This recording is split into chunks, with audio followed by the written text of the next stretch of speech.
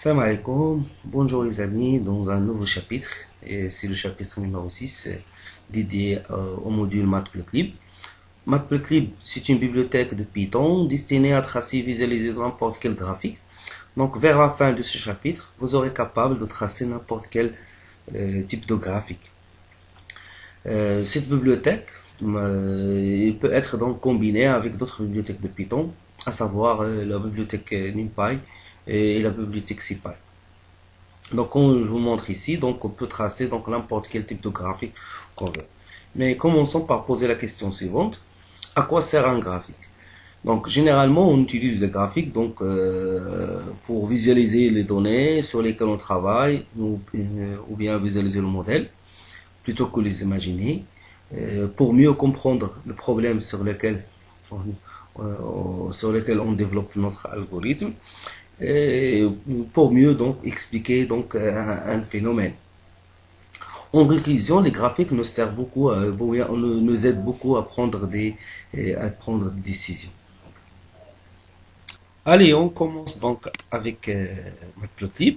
Donc, je rappelle que ce module-là, il est très facile donc à utiliser, mais dans la pratique, donc, on distingue deux façons de le faire pour tracer. Donc, il y a une version PORO, c'est-à-dire orienté objet, avec les classes, etc.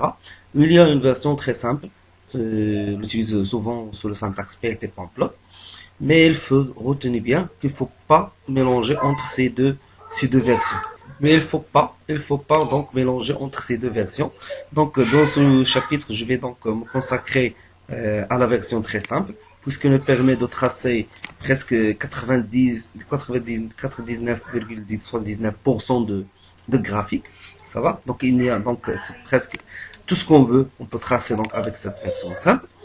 Mais ça n'empêche pas donc de vous donner donc exemple avec la version donc PO. Voilà. Donc on commence donc avec la version donc très simple. Donc pour cela donc on doit donc importer un sub-package de Matplotlib, c'est le PyPlot. Donc je commence donc par utiliser donc la bibliothèque NumPy et le sous-package Matplotlib PyPlot as PLT. Souvent donc les communautés de Python donc le, le, le renomment donc de cette façon donc PLT. Donc je commence par créer donc un tableau donc unidimensionnel X avec un plane space. Donc je veux donc les valeurs entre 0 et 10 et j'ai 30 valeurs. Donc je peux donc vous montrer l'affichage de X. Voici donc X. J'ai donc 30 valeurs entre 0 donc et 10. Je peux donc me donner Y. Y comme fonction, ça va être X égale 3. Et je peux donc tracer maintenant ma courbe qui est X3 en fonction de X. Donc pour faire ceci, donc on doit donc utiliser plt.plot. Donc pour l'axe des abscisses, donc je vais mettre x, et pour l'axe des ordonnées, je vais mettre les valeurs de y. Et je compile. Donc si vous travaillez sur un autre éditeur que Notebook, par exemple Spider ou bien Piezo, vous devez donc ajouter donc une autre commande qui est plt.shell. Si vous travaillez sur Notebook, c'est pas la peine. Donc, le Notebook, il permet donc d'afficher donc sans utiliser cette commande. Voilà. Donc, je vais la garder. Donc, pour les gens qui travaillent sur PyCharm ou bien sur Spider ou bien Peizo. Donc, je compile.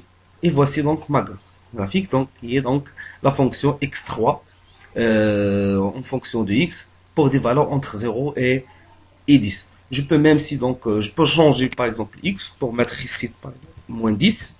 Donc je veux donc les valeurs entre moins 10 et 10 et 30 valeurs. J'exécute. Donc voici donc mes valeurs. Je peux recompiler donc ce graphe pour tracer ma fonction x3. Et voici l'allure de la fonction x3. La chose que vous devez faire attention, c'est que toujours, ou bien cette erreur on le rencontre souvent, c'est que x, y, ils doivent être de même dimension. C'est-à-dire que vous ne pouvez pas donc passer pour tracer que x et y, ils ont donc des dimensions différentes.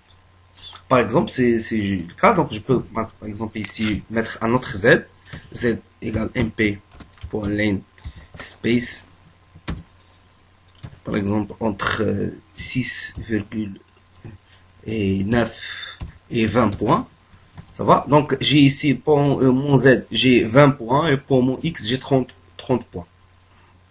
Alors, si je trace, donc X en fonction de Z, voici donc, il va m'indiquer donc erreur. Donc, c'est une erreur car X et Z ont des tailles différentes. X égale must be, must have, must say. Donc, faites bien donc attention à cette erreur-là qu'on le trouve souvent.